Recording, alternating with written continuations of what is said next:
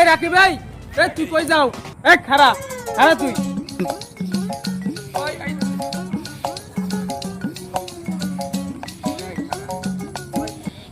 এই তুই মনে দেখকে দৌড় মারছো কে? এই হারামজাদা দৌড় মারলি কে? না ভাই দৌড় দিই না তো, আপনি ডাকছেন এই জন্য আসছি আমার রিটার্ন করে। আলার ফালা দৌড় মারছো না কি করছো আমি ভালো করে জানি। এই তুই যে জমি বন্ধক রেখে টাহা লইছো আমার কাছ থেকে, টাহা লোকটা ফিরিয়ে দিবি না? টাহা ফিরাও না কে? আচ্ছা ভাই শুনেন, আর কটা দিন আমাকে সময় দেন, আমি সব টাকা দিয়ে জমি ছুটাই নেব। তুই টাহা ফিরাই দিতে পারলে দিবি, আর না পারলে কি জমি মুই ফিরাই দিতে পারবো না, বুঝছো? টাহা আগে দিবি এরপর জমি লই যাবি, ডেট ফেল। তুই এক সপ্তাহের কথা কইয়া আর তুই আমার লগে দেখাই দাও না, কি জমি কি আমার দিয়ে দিবি? আচ্ছা ভাই শুনেন, আপনি যদি জমি নিয়ে যান তাহলে আমি চাষবাস করে কি খাবো? আর কটা দিন সময় দিন, আপনাকে টাকা দিয়ে আমি জমি ফিরিয়ে নেব। হ্যাঁ তোরে দিব আরো সময়। এই বন্ধক দিলে যেই ডেট, এই ডেটের উপরে আর কোনো টাকার লেনদেন নাই, বুঝছো? তুমি মনে করো যে টাকা দিলে দেবা, না দিলে কি জমি আমার। আচ্ছা ভাই আমাকে একটু সময় দিবেন, এত জুলুম করেন না, আর কয়টা দিন সময় দেন, আমি সব টাকা তোরে দিয়ে জমি- সময় লোমা দেবে।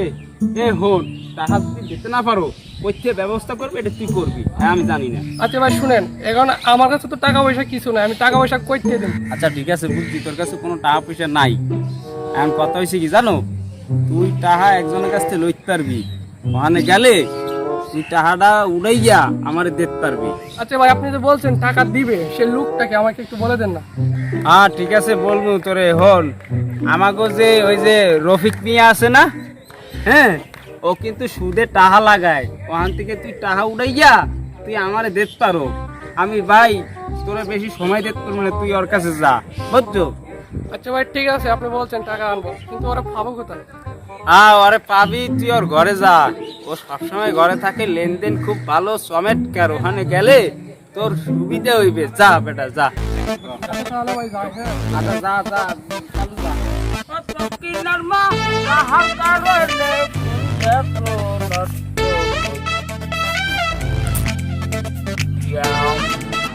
তাহাতে কত জ্বালা রে বাবু, টাকা পয়সা দিতে টাকা পয়সা ব্যবসা কম হচ্ছে আছে, এখন তুই পাবলিকে কোনো সমস্যাই পড়ে না, বুঝতে পাই না।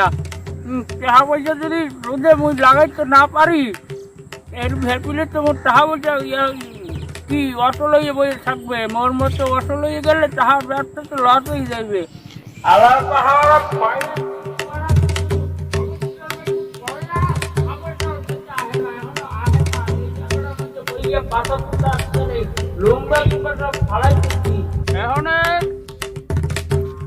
চিন্তা করছি টাকা যে পিলে সুদে লাগাইতে পারি না, এখন ওর সুদ উড়াইতে গেলে 100 টাকা লাগাইতে হবে, আর নাহলে টাকা আমার ওই যে এতদিন একটা ড্যামেজে উঠবো টিভিলে সামনে টাকা পাবলিক আইবে 100 টাকা কমে 100 টাকা সুদে লাগাইতে পারবো না, এখন 100 আসসালামু আলাইকুম। ওয়ালাইকুম আসসালাম। ভাই অনেক বড় সমস্যা আমার একটা হয়ে গেছে। সমস্যাই পড়ছো, ভালো কথা, সমস্যার সমাধান তো অবশ্যই আছে। তুই আসি কি? হ্যাঁ আমি আসি তো, মনে হলো ওই যে তখন জন্য আসি, তখন সমাধানের জন্য, বুঝো না? রফিক ভাই এই জন্যই তো আপনার কাছে আইসি, আমাকে কিছু উপকার করতে হবে। হ্যাঁ ঠিক আছে, উপকারটা কি করবো খুললে কয় দিলে বুকের মধ্যে সাফাই রাখতে কি বেটা ওইবে। রফিক ভাই আমি শুনছি আপনি নাকি সুদের টাকা লাগান, আমাকে কিছু টাকা দিলে ভালো হয়। কি কইছো? এই হারামদাদা তুই কি কইছো? এই সুদ কি? সুদ কি? সুদ কমো না কি বলবো বলেন তো, আপনি তো সুদেরই টাকা লাগান শুনছি। এই মুই সুদে টাকা লাগাই? হারামদাদা তুই কইতে শুনছো এই কথা? শুনছি গ্রামের লোকে সবাই বলে আপনি সুদের টাকা লাগান, এই জন্যই তো আপনার কাছে আসছি। এই হারামদাদা, এই সত্যি এটা সুদ বলে? মুই ইন্টারেস্ট বলবো না? আচ্ছা রফিক ভাই ইন্টারেস্ট কি? ইন্টারেস্ট আমি জানি না, এটা আবার চালু হইলো কবে থেকে? তুই বুঝবি লুমা। হ্যাঁ এই ব্যবসা চালু করছে মোর বর বাপের পরে মোর দাদা, এই মোর আব্বাও কই গেছে এখন মুই করতে আছি এই ব্যবসা বহুত আগে থেকে 60 সিঁড়ি 3 সিঁড়ি ভাই আইছে এখন এইটার তুই সুদ কইতে আইছো বেটা। আচ্ছা ভাই ঠিক আছে, এই সুদেই দেন আমার। এই হারাম তো আবার কইছো সুদ। আচ্ছা ভাই এই সুদ জানি না, ইন্টারেস্টে দেন আমার। লাইরে আইছো এখন কত টাকা লাগবে তোর কাদি? তো ভাই বেশি টাকা লাগবে না, আমাকে 1 লাখ টাকা দেন, 1 লাখ টাকা দিলে হবে। এই কি হইছো? 1 লক্ষ টাকা তুই জানো মোর ইন্টারেস্টের ব্যাপার জানো? তুই 1 লক্ষ টাকা ইন্টারেস্ট দিয়ে পারবি কুড়াইতে পারবি? আচ্ছা ভাই ঠিক আছে, ওই আপনার 1 লাখে কত টাকা ইন্টারেস্ট হয়? দাঁড়া পান্ডা খাইয়ে লই।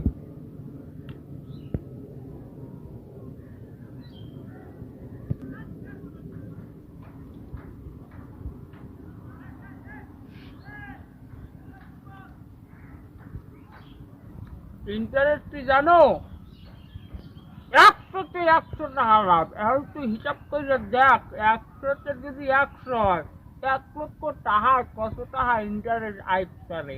ভাই আপনি তো এটা কি বলেন, এটা তো প্রলোভন। 100 টাকা যদি 100 টাকা লাভ হয় তাহলে আমার হালার পালার সব সামনে তুই যে কয়টি সেটা আমার বোঝা শেষ। তুই ইন্টারেস্ট দিতে পারবি না। যা যা জমা করিস না যা। আমি এখন টাকা কই পাবো? এখন তো আমার জমি কেমনে করে ছুটাবো আমি?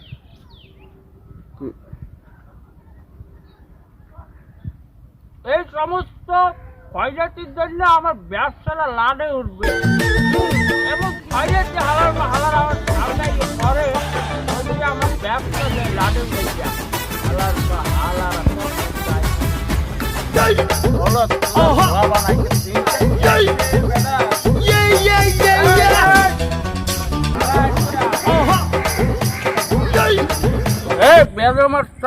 সালাম কালাম কি দেওয়া বুঝলে গেছো? মুরব্বী সোহে বাসে না কইছে সালাম আমনে রে মুই আপনি কি লোমার মুরব্বী হয়ে গেছেন আর আপনি তো খান হয়ে যায় কি জানি ঘুষ। ওই ঘুষখোর সুদখোর এগোরে সালাম দিমু মুই? এত তো সম্ভব না। আরাম দাদা কি কইছো? কি কইবে?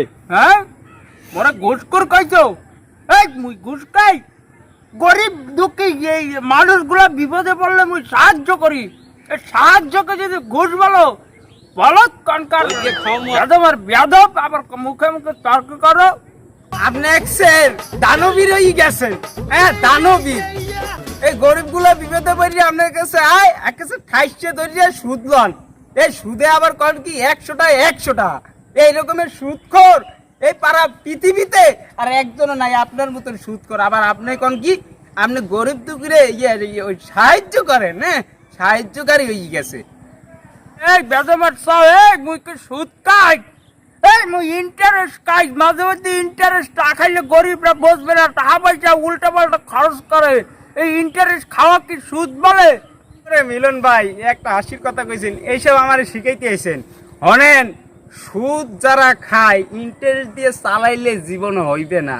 আপনি যে মহাপাপী, আল্লাহর গজবে আপনি কিন্তু শেষ হয়ে যাবেন। এখনো ভালোই যান, মানুষের উপকার করেন, দাঁড় দেন। না কইয়া এই আপনি সুদ কইয়া খাইয়া দেইয়া এরপরে কোন ইন্টারেস্ট, এত ইংরেজি আপনি মারাইয়েন না, বুঝছেন? মুই সুদ খাই তুই যে কইছো তুই জানো? এই যে হাওলাত পাওলাত টাকা পয়সা দিলে দেখবি যে গ্রাম সাইডেই পলাইছে। গ্রাম সাইডে হালার পাহালার পলাইবে কত মানুষ কত হাওলাত পালত দিচ্ছি জীবনে। এখন সত্য কথা কইছি তো। সোফার একটা মারছেন, আমাদের বয়সে যদি বড় না হইতেন আমিও কিন্তু সোফার মারতাম, কিন্তু বাইচে গেছেন, কিছু কইলাম না। তুই তো সুপার মারবি। ভাই আমার এক সোফার দেছেন না, এই সোফারে কিন্তু জবান বন্ধ হইবে না। আমার জবান বন্ধ করলে করতে পারে, কিন্তু আর 10 জনের এই গ্রামের লোকজন আছে, কারো মনে করেন মুখ আপনি বন্ধ করাইতে পারবেন না। কারণ এই সুদখোর এসে এই অভিশাপ, আল্লাহর দুনিয়ার অভিশাপ রে গজব, আপনি ভালোই জান। হারাম দাদা তুই মুখে মুখে তর্ক করো। এই সুদ খাই তোর বড় না মুই? এই লেগে তো বাইচে গেছেন, এই লেগে তো বাইচে গেছেন। একটা সুপার দিছি ঠিক হয়ে যা, আনবারে কিন্তু বাইন্দা উঠাম উপরে একসে সারা শরীর দেখবি যে বাইন্দা উঠাইয়া আটটি বস্তায় বই নিয়ে ওই বুড়গঙ্গায় নিয়ে ফালাইতে দিবে। বুঝতে পারছিস যে তোর এইটাই করতে হইবে। এই খালি টাহার গরমই দেখাইতে পারবেন, বুড়ি গঙ্গায় হালাইবেন আমারে। শোনেন এই লোকজনে দেখে আপনারা কিছু কয় না, আমরা যদি উদ্যোগ লই আপনারে পিঠে গিয়ে ডাইরেক্ট মেরে ফেলাইতে পারবো। এরকমের ঘুষ করে গ্রামে থাকলে গ্রামে অভিশাপ হইবে, গজব পড়বে আল্লাহর। আপনি ভালোই জান। আর আমার তো একলা পাইয়ে এখন চোপড়াইতে আছেন, কিছু কইলাম না। আরাম দাদা চোখের সামনেতে সব ইন্টারেস্ট খাই আর তুই এইটা সুদ কইতে বেটা বেয়াদব। ভালোই যান, ভালোই যান।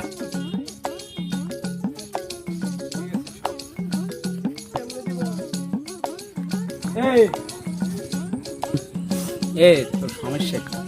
তাহার ম্যানেজ করছো? না ভাই, টাকা তো পাই নাই, রফিক ভাইয়ের কাছে গেছিলাম, টাকার সুদ তো একটু বেশি। ঠিক আছে, ওর কাছে তো মুই পাঠাইলাম, বুঝছো? ও এক্সের সুদ খায়, সুদ খাইয়ে বলে কি জানো, ইন্টারেস্ট খাই। তুই ওর কাছে যাইয়ে টাকা পাবি না, তোরে আমি একটা সাজেশন দিই। আচ্ছা ভাই, কি সাজেশন? আমার একটা সাজেশন দেন না। তোরে সাজেশন দিতে আসি, যা তোরে আমি একটা সুযোগ দিয়ে দিই, বুঝছো? তোরে মেয়াদটা আমি বাড়াই দিলাম, তুই আমার 1,00,000 টাকা 1 বছর শোধ করে দিবি, পারবি না? ও ভাই পারবো, আপনি যে একটা উপকার করছেন আমার অনেক উপকার হয়েছে ভাই। ঠিক আছে, সমস্যা নাই। তুই একটা প্রবলেমে পড়ছো, এটা তো উপকার করতেই হবে। যা, সমস্যা নেই, যা যা।